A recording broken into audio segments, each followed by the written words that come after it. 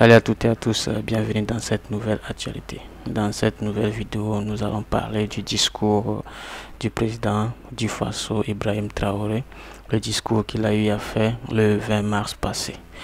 Dans cette vidéo, il s'agit précisément de la partie où il a parlé de l'usine de fabrication de ciment qui est désormais installée au Burkina Faso, et dont désormais les Burkinabés auront la facilité de pouvoir acheter du ciment. Donc sans faire trop de commentaires, je vais vous faire passer la vidéo. Vous allez tous écouter la partie où il a parlé de cette usine de fabrication et de la façon dont il pense procéder pour diminuer le prix du ciment au Burkina Faso. La raison pour laquelle j'ai coupé cette partie, c'est que j'aimerais encore une fois montrer la façon dont ce président est en train de changer les choses au Burkina Faso.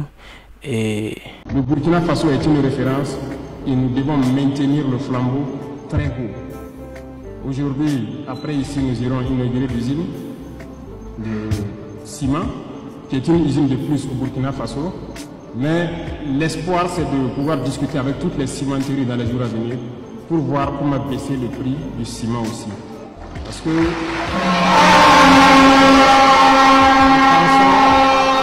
nous pensons qu'il y a des possibilités, et mieux, nous avons du calcaire au Burkina Faso et de l'argile.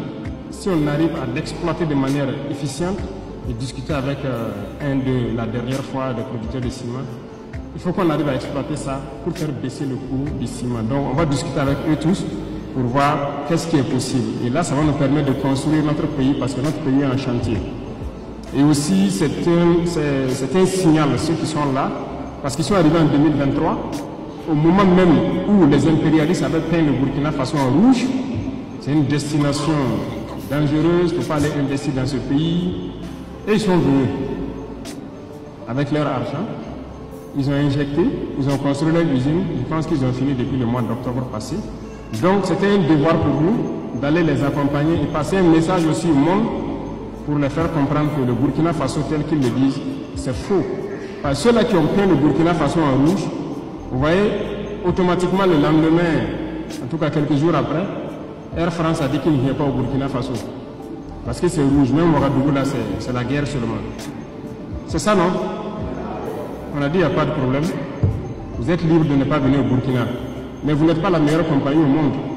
Si les autres compagnies continuent de venir, ça veut dire que vous êtes des menteurs. Puisque les autres compagnies continuent de venir au Burkina Faso. Bruxelles vient, Turquie vient, je ne sais quoi, Éthiopien, toutes les autres compagnies continuent de venir. C'est pour dire que les impérialistes sont très forts. Ils inventent leur ligne de conduite et ils amènent certaines de leurs entreprises à suivre ça pour donner de la véracité à leurs mensonges. Puisqu'ils ont menti que le Burkina est dans un rouge, et ils amènent Air France à suivre le mensonge pour faire paraître au monde que c'est vraiment une zone rouge. Voilà pourquoi leur compagnie même refuse de venir. Il n'y a pas de problème. Nous, on dit que les autres compagnies vont travailler. Leur mensonge n'a pas pris. Quelque temps après, ils reviennent pour demander à reprendre les vols. Si c'est devenu vert, il faut réécrire que c'est devenu vert et vous allez reprendre.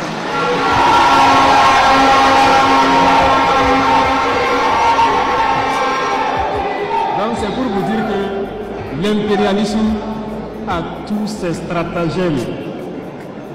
Voilà. Et si vous écoutez les radios en son temps, ça piaille partout. Ouais, le pays est tellement ensanglanté que Air France a tout arrêté.